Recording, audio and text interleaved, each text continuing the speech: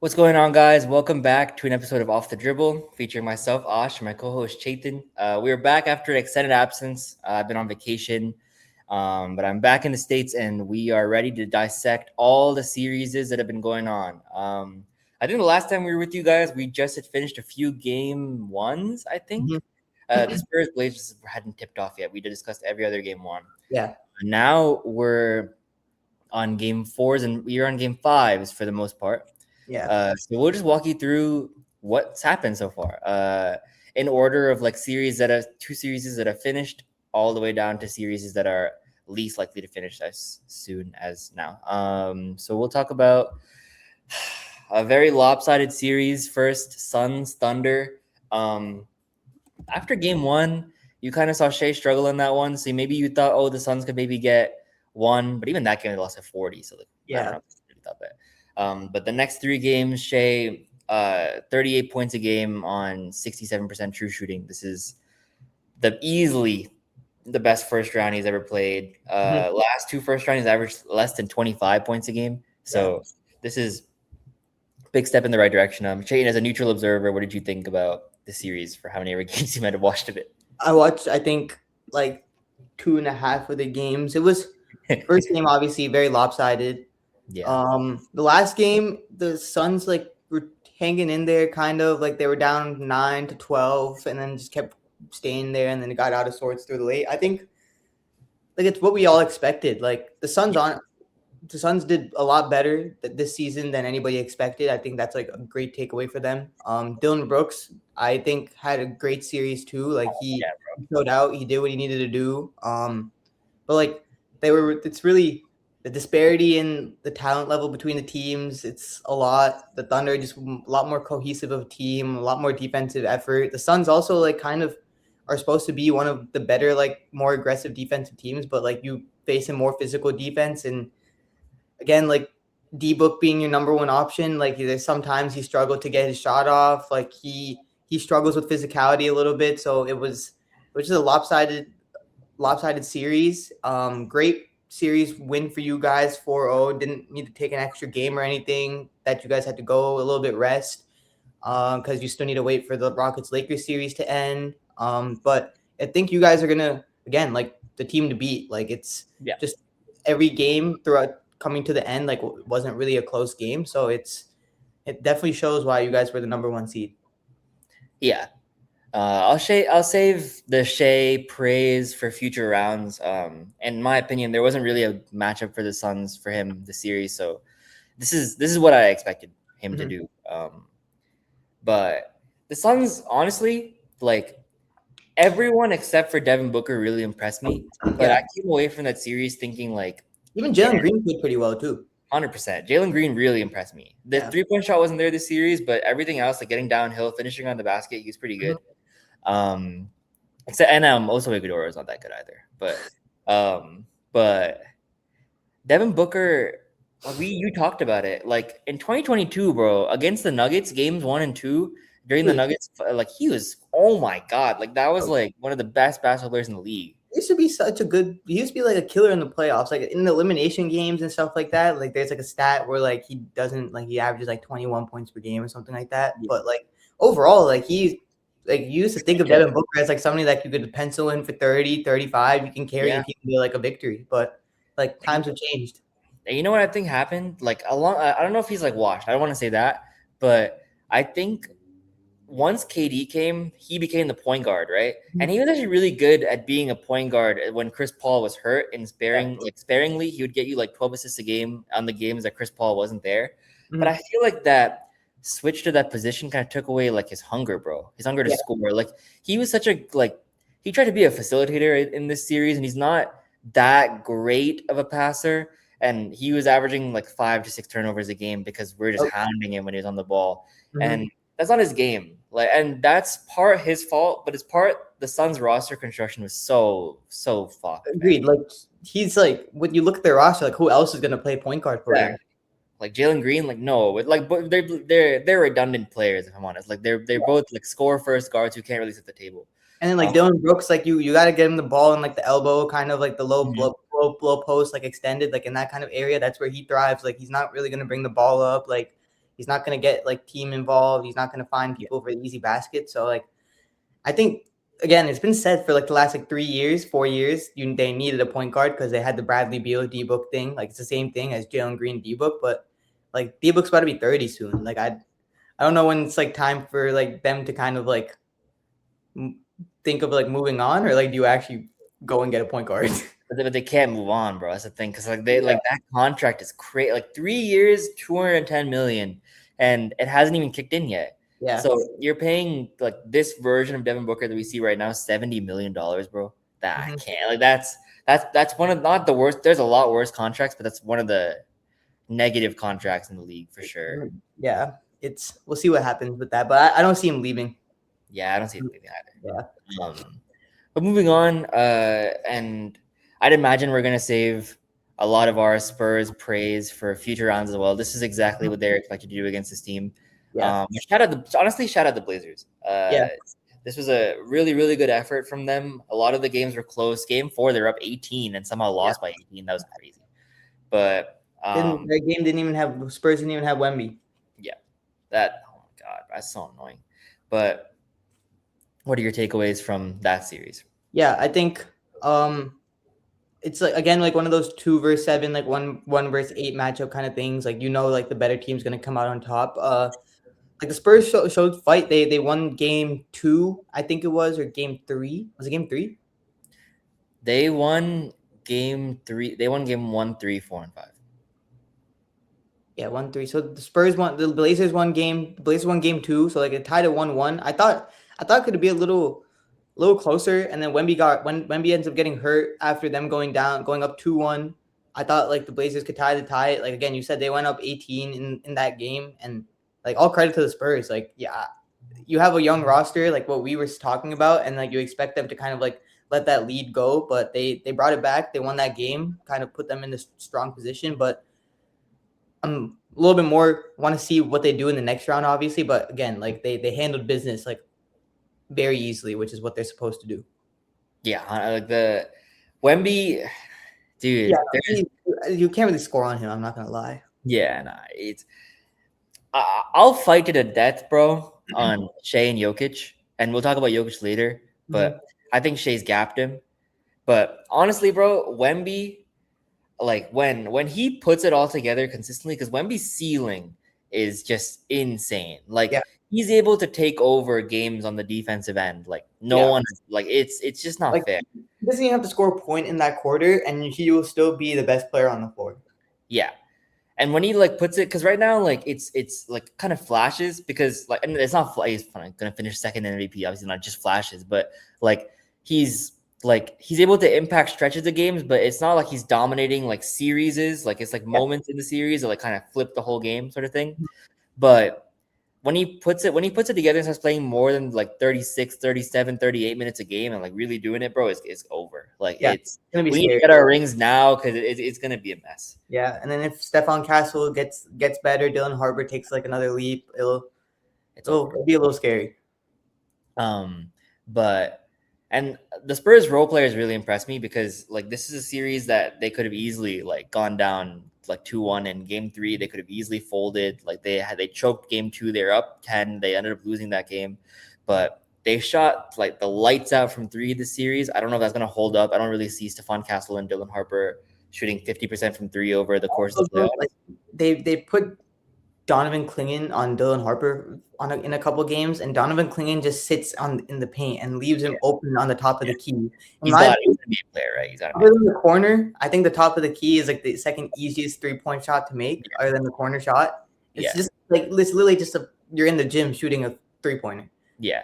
I don't think the Nuggets are gonna guard the Spurs like that, and I know for a fact we're not gonna guard the Spurs like that if we end up playing them. Yeah. But on the Blazers side, I would give them one other thing too. De'Aaron Fox did impress me. Like he's like one of those players. Like we said, like he's one of the older players on the roster. He only played in 1 playoff series in his career. That was against the Warriors. But like yesterday, when it was coming, the Blazers were kind of coming back. They brought it to like 8-9 at like 4 minutes left. De'Aaron Fox came, like I think dropped 13 in the 4th quarter. So like kind of that second scoring option that like clutch players. he used to like kind of be when he was on the Kings. So he's been really efficient for them. Yeah, and he become their closer too, Yeah. because like you don't really see big men that are like super clutch. Yeah. Like can get their own shot. I guess Wemby could be the difference in that, but Fox has been their closer so far. But great season for the Blazers. I didn't think anyone saw him as a 7 seed. Yeah. Denny obviously had an all-star season. I don't particularly enjoy watching him play, but that's fine. And Donovan Clingan really impressed me.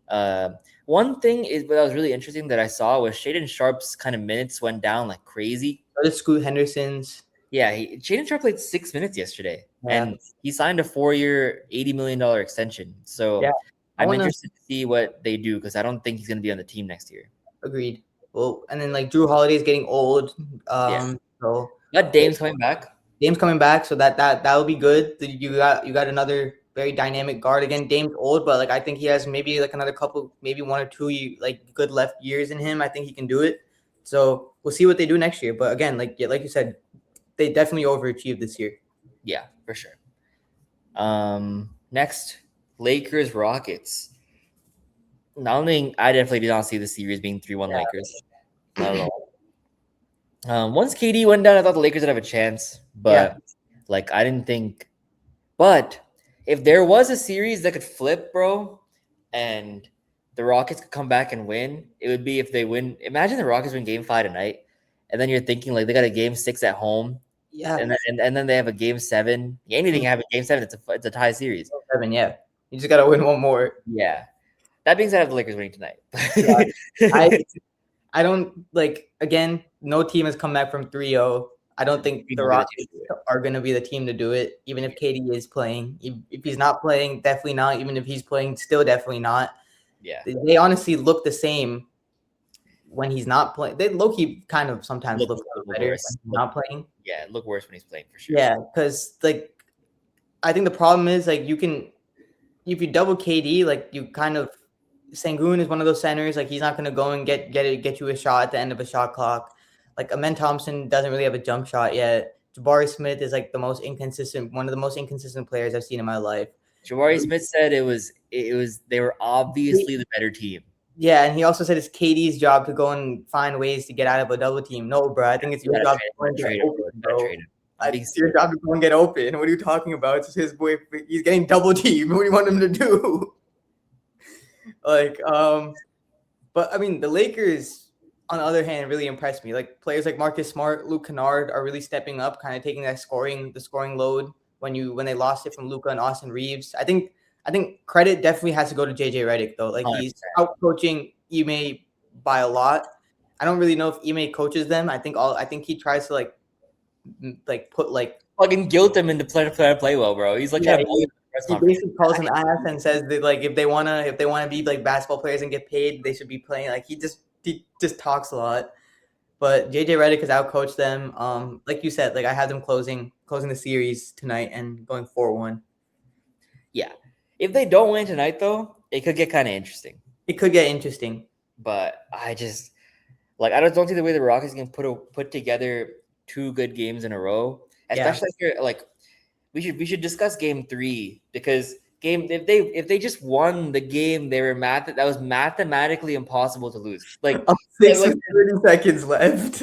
Like there's literally a formula that dictates how possible it is to come back from a deficit with like they're up 6 with 30 seconds to go. All you have to do is hold the ball. They have to foul. You're gonna go up 8, and then after that it's inbound and hold the ball. That's all you gotta do. Yeah, inbound it, hold, bro. Yeah, that's all you gotta do. And this guy and like it's just so like I don't know how they even ended up the situation. And then like the only game they won is the only game that wasn't a blowout. So only game that was a blowout. Sorry. So I don't know. Like it would shock me if they won tonight. But if they win tonight, then I'll open the door to any possibility. Yeah. Magic Pistons is the next one we'll discuss, and I'm watching the Game 5 right now. Kate is like 37 through 3 quarters. Magic Pistons are up 11. Yeah, this guy's disgusting, bro. But the Magic, this and the Lakers Rocket series are like parallels to me. Like we thought the Magic were dead in the water, bro. Mhm. That there was no chance they could possibly like even compete in the series Oh, 4-1. you did say if they bring that defensive intensity and they keep making those 3-pointers, it could get a little dicey. But think about where this team was. Yeah, Like, dicey would means like them being maybe down like 3-2 right now instead yeah, not up 3-1. yeah. Like we thought this team would lose by 20 to Charlotte in the play-in, and now they're up 3-1. Yeah. I think the biggest takeaway is Cade not having like somebody that can create a shot off the dribble. Like Mhm. Jalen Duren, his numbers are great. Like averages 19 and 9, but like again, like he's not like a center like Jokic. He has a post game a little bit. He can drive like a straight line to the basket, like off of like a screen kind of thing, but he's not gonna get you a bucket with 3 seconds left on the shot clock when has the ball in the isolation, like on the top of the key or on the elbow. Like, Yeah. he has a jumper, but it's not like one where you can give him and like make a faded way jumper or contested jumper. I think they really need somebody that can do that. So I think that's like the main thing. And also like their role players aren't playing good. Like Dennis Jenkins can't make a shot. Asar Thompson like plays great defense, but also can't make a shot. Isaiah Stewart has been like probably their second best player. 8 blocks. It's Yeah, crazy. just the intensity on defense. But I think the roster construction again, like it's a good team, but it's outside of Cade. It's kind of like just a bunch of like Jalen Duren's like a third option. Bunch of hustle guys, bro. It's a bunch of Yeah. hustle guys. And you're not going to win you can win a series like that, but again, they might not even win this series, and let alone like I don't think you can win 4 series like that. Yeah, I think the Magic closes out in 6. But should I bring my trade idea to the pod? Mm-hmm. So this is what I thought, right? And we can just connect these two like weird series where like in our opinion, like the team that was supposed to lose ended up winning. But what if the shot creator that the Pistons need is just sitting there on the Lakers waiting to get a max extension, and like is next to someone that plays just like him, is next to another player that plays just like him? What if you just bring Austin Reeves to Detroit? And what if Luka what if the Pistons are like, damn, we don't want to pay Jalen Duren 5 years, $250 after he averaged 9 points a game in the playoffs and couldn't like do anything. But the Lakers are like, with Luka, he would be like a 25 and 12 guy. Like it would be like they would just be like feeding him baskets on a platter. Mm-hmm. So that's a guy that the Lakers probably are willing to give that extension to. Whereas the Pistons are probably like, okay, Austin Reeves can easily average 23, 24 points in the league. Like he's one of the best shot getters in the league. He gets to the foul line a lot. Like that's exactly what you want to pair Cade with.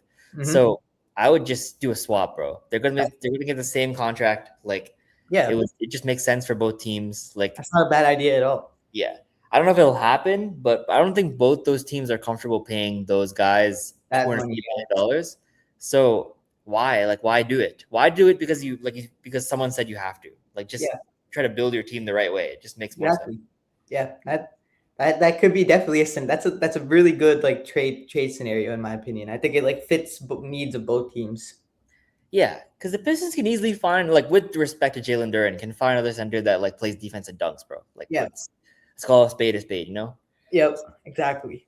But yeah, now another shock series. A lot of shock results, but this is like more heartbreaking than anything, if I'm honest.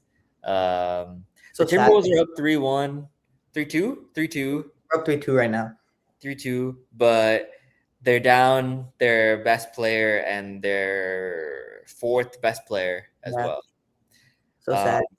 Really sad. Happening in the same game too. Like how you like that's crazy work, bro. Happening in the same game is also crazy. Yeah. But you start with this one. You discuss at least you can start touching on the positive aspects because you even had a chance to really do that in this pod. I think there's definitely more like positives than I think the main negatives to take away from the series have honestly been just and Dante getting injured, to be honest. Yeah. I expected us to win. I think I said we were gonna win in 6, if I'm not mistaken. So like still very possible. We have a game tomorrow home. I think like people are saying, like media is saying it like tomorrow is like a must-win game for us. I also do kind of agree with that. Like I agree too. You do not want to go back to Denver in a game 7 without Ant. Like I agree. And also, the narrative now, like some Wolves fans are saying, is like, oh, like Ant didn't play well in that Game 7 game in Denver when we did win, anyways. Dude, they like the comeback started with like Ant. And Boom. Ant's gravity is enough to just make people like care, you know? Exactly. So, but again, like the first 4 games, I think game 1 we played a good game. I talked about it, made dumb mistakes. Game 2 came out 19 points down. Just attacked them in the paint relentlessly. Jaden calls them all bad defenders, told them what they would do. Then he came back and backed it up in game 3. Crazy backup. Seen or gamble. Dunked on everyone, dropped 20. And then game 4 is when Dante and Ant gets hurt. They got, I think we played the whole second half without both of them. And Iyer drops like the greatest playoff game in history. I was sitting in my room and I was just in complete shock watching that game. The most efficient game I've ever seen, the 43-point game I've ever seen either. 13 to 15 from the field, 5 of 5 from 3. Like he dropped 25 the game before too, so he started finding his rhythm, and then like with the injuries, he had more opportunity, and then he stepped up to the plate. And then game 5, I think Nuggets, like like you kind of sense it, like you see the other teams, like two starters, their backcourt goes down, like it's time for you to kind of like step up. You're at home. I kind of expected us to lose. We both expected us to lose, but I think we have a good chance, in my opinion, to still close the series out. We can lean on the defense. Io still has the ability to put pressure on them. Like he's not going to give you 40, but he still can give you 20, 25. Like that's not impossible at all. But again, Julius got to step up, and you can't commit 25 turnovers like you did last game. Like most in franchise history. Yeah.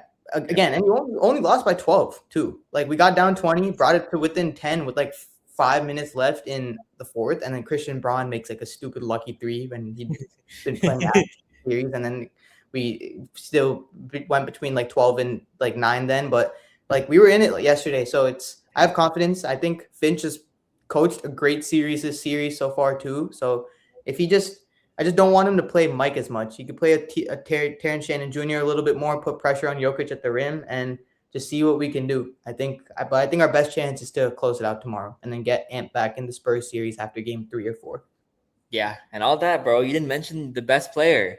Yeah, Rudy Gobert, man. Yeah, holy shit, man. Rudy Gobert. Has anyone's reputation changed more in a week than Rudy Gobert's? No. He was like, let's call it. Like, even as a Timberwolves fan, you can admit the Jokic Rudy Gobert matchup pre this series was food, bro. It was food. 160 point triple double and another like 50 point triple double or something like that. Yeah, and it was like it wasn't even just like it was 3 years ago when Jokic put like 50 on him, and he was like, no double. Like why are you guarding me in single coverage? Don't you understand what's happening? He's like, nah, I got you, bro. He's like, nah, but I got 42, brother. Yeah. And you said it to start the series that Jokic is slimmed down. I didn't really think that would matter, but you're 100% right, bro. Like Gobert, for all the criticism, is like 5-6% body fat, like super yoked. Like he's 33 years old, bro. 33 or 34. And honestly, if you were to like rank like best shape in the league, like who's in the best conditioning, like he's up there, bro. So like you put that like the human versus like a slimmed down version of Jokic. Jokic is clearly having trouble getting to his spots. Mm-hmm. The wrist injury from earlier in the season, I think his 3-point shot has been like at like 28% since he came back. Like he hasn't really made his threes at all. And bro, this is what I've been saying like the whole time. We've anointed him as like this playoff demigod for so long. And if you think about it, like his championship run, they played 3 straight play-in teams, whatever. Like that's fine. You play who you're gonna play, whatever. He has a great run. The year after that is the year they played is the year before last year, right? Where they played you guys in the second round. Yeah. That is one of 2 times in his career where he shot below 40% for 3 straight games, blew a 20-point game 7 lead, whatever. That happens. And then he even before that game 7, he got blown out by 40 in game 6 by us too. Yeah, exactly. He played again 2 terrible games. The second time he shot below 40% 3 straight times was last year against the Thunder. He was objectively awful in 3 of those 7 games, and in game 7 he had 20 points, 9 rebounds, 7 assists, and he got taken out. Yeah. because we won by 40. Yeah. And so again, we've anointed this guy as a great playoff performer. His true shooting percentage drops by 15 in the playoffs this season, and now everyone's like, okay, maybe there are other people that are better than him. It took this long, like we've been saying it the whole year, but it's people like Stephen A that go on air. Like I think a couple of days ago, Kendrick Perkins was like, yeah, Rudy has his number, and then Stephen A is like, he's still the best player in the world. A bad night for him is he's still giving you a triple double, dude. Stats are like a part of like critiquing players and kind of saying how good they are, obviously, but you got to actually watch the game to see how those stats actually impactful. Yeah. The one game, or I think 2 games in a row, he had like 4 or 5 turnovers against us. Like what is a 12-5 turnover ratio? Like a 2-1 turnover ratio is not good at all. Yeah. Like that's put into perspective over there. So and like not to keep bringing up Shea, but that's exactly like this. Like, everyone thinks Shea's best trait is a mid-range jumper. And he's one of the greatest mid-range scorers of all time. His greatest trait is that the ball over that much. Turns the ball over. He has the lowest turnover rate of any high usage player in the league. Mm-hmm. That's a superpower, bro. And Jokic is like again, all these like the defense hasn't even brought it up either. Like you can continuously attack him in the fourth. Again, another thing, he's never in shape, like especially in the playoffs. Like he always gets tired in the fourth quarter. That's another reason why Rudy's like has his number now, is because Rudy's in shape. So like he's able to play more aggressive defense. Jokic is not in shape in the fourth. So like it's like you combine all those things and people just look at stats sometimes. Again, last game he did have a good game, but like it's not like he shot like 60% from the field. I think he only shot like 50% or something like that. Yeah. Like he had a triple double and everything, but like there's still ways to beat him. Shea's not down. Shea wasn't down 3-1 in the last 2 years, I don't think. No, never down 3-1. Yeah. So like I don't know. But Shea's only been down in a series. It's been 2-1 every time. Yeah. Yeah. But yeah, I don't know. Like again, to me, if he ends up winning the series, it changes nothing for me. Agreed. But what he says, like again, the Nuggets fans who are even trying to insinuate that the injuries between these two teams are similar is I like, want to bring that up, man. That's just it's crazy. Like this is like if the Nuggets lost Jokic and Peyton and like Aaron Gordon. I would say Jokic and Christian Braun or something like that. Actually, no, Christian Braun is ass, bro. Yeah, I think Aaron Gordon at this stage with his hamstring is a fair comparison. Yeah. Dude, Anthony Edwards is the top 5 player in the league. Their excuse is that Aaron Gordon's their best defender. Like the impact is the same, bro. Ant is better than both of them combined. Yeah, bro. It's not even a discussion. Like so.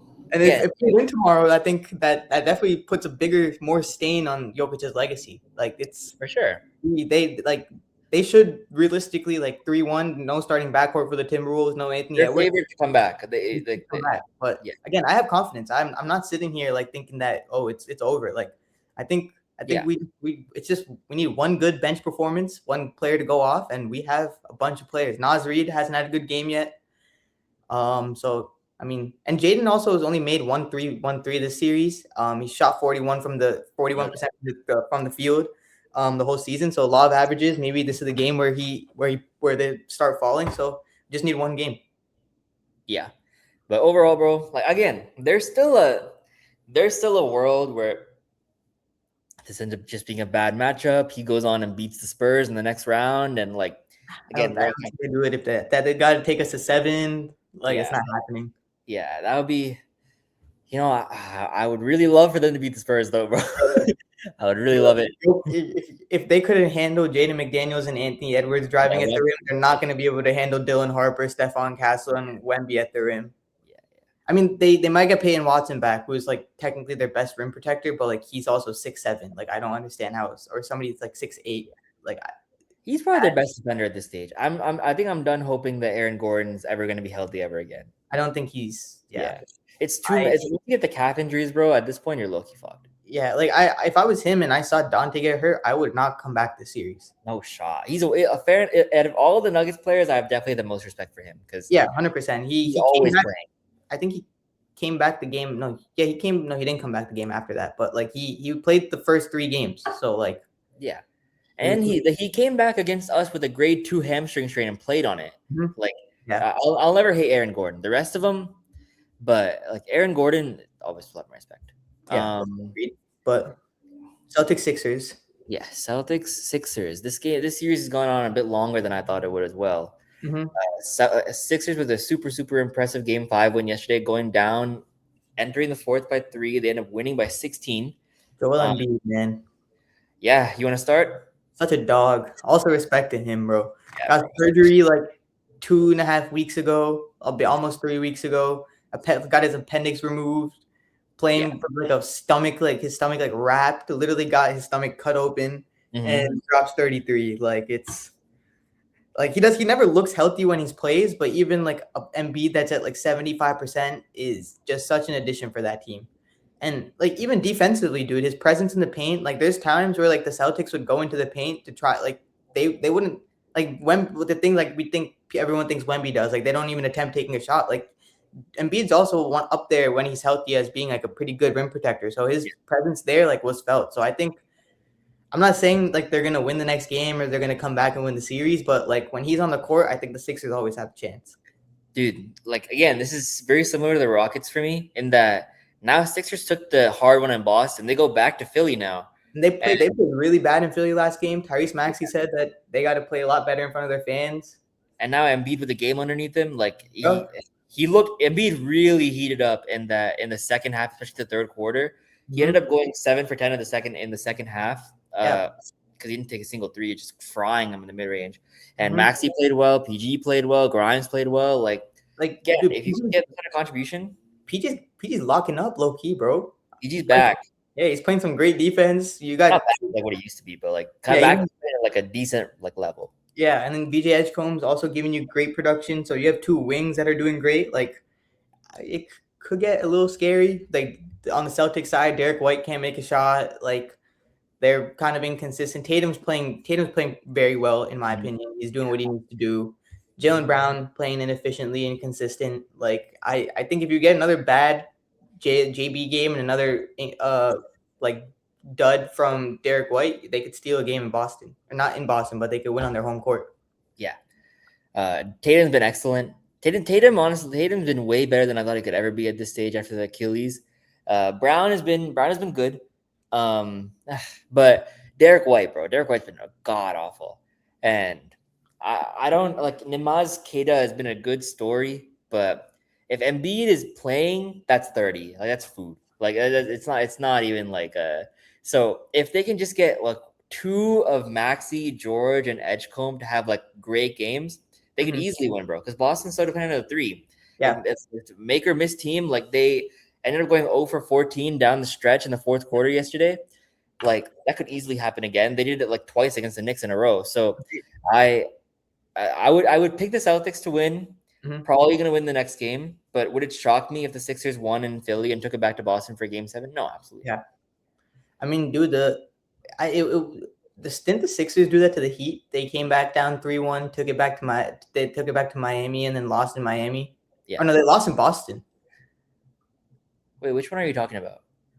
The Celtics Heat. Oh, the Celtics Heat was 3-0, and then they took it back to Boston. They took it back to Boston, and they lost in Game 7. And then Tatum turned his ankle, and they ended up losing. Yeah. It'd be crazy if the Sixers do the opposite.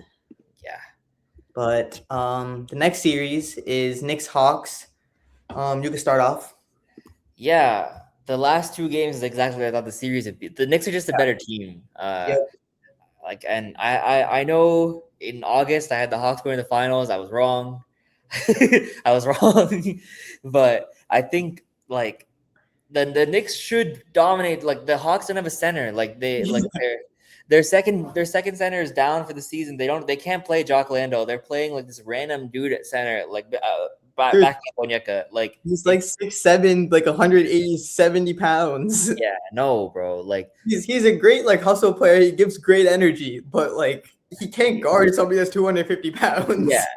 What's really interesting to me is that like they're just not giving Cat the ball, bro. Yeah. I don't understand how you're just not exploit. Like this series would be over in 4 if Cat got the ball like every time. But again, we've discussed it before. Brunson really loves to press X, bro. Brunson loves to shoot that ball. Agreed. So like he was incredible yesterday. He had 39 points, but he took 26 shots. Like there's no way that Cat should be taking 6 shots and Brunson should be taking 26 shots. It's like Cat. Has he? he hasn't had like a. He's played well the whole He had a really good series. game last game at 20, 10, and 10, but he Yeah, doesn't have a good like an explosive shooting most night. tight game. Yeah, but I guess I think that's how it's been the whole season for him. Yeah, he's kind of been off in this offense. Like it's been like playing a role. I don't like that because he's way Yeah, better than like should not what be playing a role. He's he's that 7 guy. and could shoot 40% from three off of like 5 attempts a game. Yeah, Like yeah. He should be like they give him should some have the action, bro. Like run him and play. Like give him an easy shot. Do something. You know what? My theory is that I think the Knicks lose next round to the Celtics. Now that I think about it, this just disappointed me, and I think Mike Brown gets fired low key. Because like you said, they're not going to even take advantage of that mismatch with Cat. Again, Kata is bigger than their backup for the Hawks and everything, but like Cat could still take advantage of that. Cat's better than Embiid is today, I think. Yeah.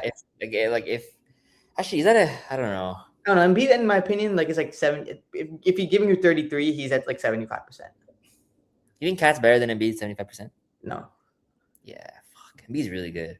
He's so dirty, bro. Yeah. Never mind. Bad take by me.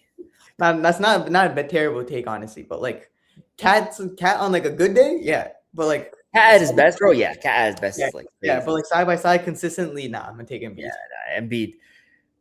Going back to Embiid real quick. Is it crazy to say Embiid's the top 5 scorer we've ever seen? Like since 03? He should be, bro. Like he's giving you 33 on one leg. One leg and like half a stomach. Literally. This guy's crazy, man. I can't believe he has as many haters as he does. Dude, you would not catch me like let alone getting out of my bed after getting my appendix removed, bro. This dude's playing basketball. Bales is sitting there like, I have intel that Embiid apparently is fully healthy and recovered, and he's not willing to. Bro? Who's recovering from an appendicitis surgery in 2 days? Tell that guy to go get appendicitis and then tell him to come back and report how he feels. Fucking idiots, bro! I swear to God, like it's actually insane. Sorry, we're quick Embiid diversion and Knicks Hawks. I think. What's your prediction for this one? Yeah, I think the Knicks win the next game. Close it out. A good fight. CJ McCollum kind of gave us a good little story for 2 games, bringing them back to life. But I think the Knicks have too much firepower. Brunson's playing really well right now too. Jalen Johnson hype train died down. Yeah, a little bit. Yeah, bro. Feel bad. This could have been a moment this would have been a series for him to make a moment, but yeah. He hasn't. He's been pretty mediocre. Still has the opportunity to make a moment next game and bring it to 7, but I don't think that happens. I saw people comparing him to. I saw like one show compare him to Andre Iguodala, bro. Wow, dude, he's like 24. Come on, give him some time. Yeah, fuck. It's his first playoff series, man. Fuck. But last most boring series. The Cavs are actually down 7 right now. Oh wow, nice. Yeah, I have to watch that. But Raptors, Cavs, dude, we're a few bad bounces away from getting a Magic Raptors second round. That would be way worse for the league than tanking is, bro. Imagine Scotty Barnes in the Eastern Conference Finals. Yeah, I mean Scotty. Okay, let's not hate you. I know. That's what I'm saying. I low-key might root for the Raptors. Oh yeah. I'll root for the Raptors for sure, bro. When we get the Raptors in the finals, holy shit, that'd be crazy. Oh my god, that would be a 4. That'd be 4-0. Yeah, Raptors and Thunder finals. Oh my god, bro. Who would Drake root for? You would definitely have. I don't know. Think about it. Drake comments on every Shea post without fail. Drake has every pair of Shea ones. Every pair. Even though he's a Shea Glazer. Yeah, for sure. He's like the biggest Shea Glazer. And Shea's like the biggest Drake Glazer. It's like he also has an iced out seat in the Raptors arena, though. Yeah, I know. I saw him and this kid would have iced out seats, and he gave his ticket to like his kid's friend, just some random like Asian 5-year-old sitting in a Drake's iced out seat. It's crazy. But he's letting his kid go to this game by himself, bro. Dude's like 6 years old. Yeah, I don't understand. Sorry. I think the Cavs come back and win this game. I think the Cavs probably close the series out in 6. I'm not gonna lie. Yeah. If they lose though, like they gotta blow it up. Blow it up time, yeah. James Harden. At that point, you start talking Mitchell the Pistons. Ooh. Caden D. Mitch. That could be. I don't know. That's the thing. It's tough. I don't even think D-Mitch would want it. But the thing is, like, D-Mitch is never gonna. He's not gonna win a ring by himself. I think it'd be another center if it was gonna like. I think it'd be like D-Mitch and Jokic. Oh yeah. Like you were saying, Jamal Murray, D-Mitch Yeah. swap, Yeah. and then James Harden goes back to the 2. Oh, we're assuming James Harden also stays. Okay. Is he not? You I don't think he think does? I think he's gone. You think he leaves too? Yeah, he has to, like. Why would they re-sign him without Donovan Mitchell? Right? Like, there's no reason. I mean, if you get Jamal Murray, like, why not? Jamal Murray and James Harden sounds like terrorism, bro. That sounds like the worst version of basketball. No way. Oh my god, I'd kill myself as a Cavs fan. Already, Evan Mobley's like the progression is completely fucked. Jared Allen's averaging like 3 points a game, and then you pair him up with Jamal You Murray. see what Draymond said about him? Where Draymond? He said he's a good player during the regular season. He's talking about Jared Allen. He's like a good player during the regular season. He becomes a soft player during the playoffs. He said he called him soft 3 times in a row. Oh, soft is crazy. That's the crazy thing to say to that man. Oh god. But I agree, bro. He's averaging 3 points a game. We're like he had a 40 and 20 game this year, giving you 3 points a game. Like he looked good when Harden came back, and then it disappeared after that. Yeah, and the Cavs have way more talent. They should be easily winning the series. And the fact that it's 2-2, honestly, is kind of the fact they're down right now is honestly crazy to me. Yeah, and if the Raptors win this, and then I think I don't know, you go back to Toronto. Go back to Toronto for Game 6. Yep. Yeah, I think they can close it out if that happens. Yeah, I agree. And that would be crazy because I do not. I no hate to Toronto. I do not want to see the Raptors in the next round. Yeah, it's way too boring. If they get the Pistons, Raptors Magic would be like an interesting 7-game series. That'd be really bad for the league. Bro, Raptors Pistons too. Like I don't even know about the Pistons anymore, man. You think Raptors would be interesting? I don't know. Potentially. Maybe. Asar Thompson would genuinely eliminate Brandon Ingram. Like it would be like it would be like what Lou Dort did to Brandon Ingram 2 years ago or last year. It wouldn't even be fair. I mean, he would probably guard Scott, Asar? No, I think they put Asar in BI. Yeah, because BI is more of a scoring threat than Scotty. Yeah. And I think you just put Tobias on Scotty and just pray. Yeah, and then the Raptors do have good defenders, but they don't have like a lockdown person they can put on Cade. And even if you do, you're not really good Scotty on Cade for sure. Like Scotty is definitely Cade was still average 25, 26. Yeah, Cade's I think it could be interesting though. Like RJ's having a pretty decent series. Like Colin Murray Boyles is having a pretty good series. He's averaging 17 a game. So I mean, if they keep stepping up, I think they could, because I feel like they have more surrounding help than the Pistons do. Obviously, that's what they struggle with. Mm-hmm. So, but again, the center position is another thing. I think that's a matchup Duran can kind of take advantage of and find his spots there. He's not able to take advantage of Wendell Carter, bro. But that is true. But it's Jakob Poeltl, bro. Yeah, you hope. Yeah, I hope. Wendell Carter is actually he's good. He's a good defensive center actually. Yeah, he's cool. He's not a good shot blocker, but he's position wise. Yeah, he is an all-star. That is true. So I don't know. I'm off the Jalen Duren hype train. Yeah, I was never on it, but I'm off it. I agree. I've never been on it.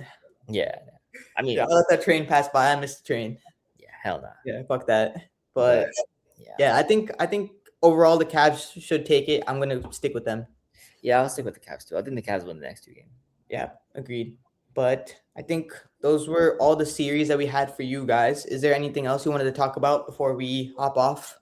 No, I mean, we know the NBA tanking stuff has come out. I think we can wait until it's actually ratified before we start talking about it. Yeah, they brought on some proposals and stuff, which we actually do find kind of interesting. But we find some ways that teams can probably bypass it a little too at the same time. But we'll talk about that, like Aashrith said, another time. We'll come back on after. Probably most of the series, in my opinion, will probably wrap up in another day or two, maybe 2 or 3 days. So I'll probably come back on after that happens and then give you a round 2 breakdown of the previews for the round 2 matchups. But until then, follow us on Instagram, YouTube, and TikTok. We're going to be posting more videos on TikTok and Instagram, so keep a lookout for those. But until then, follow us on Instagram, YouTube, and TikTok at OffTheDribble Pod, and we will see you guys next episode. Peace.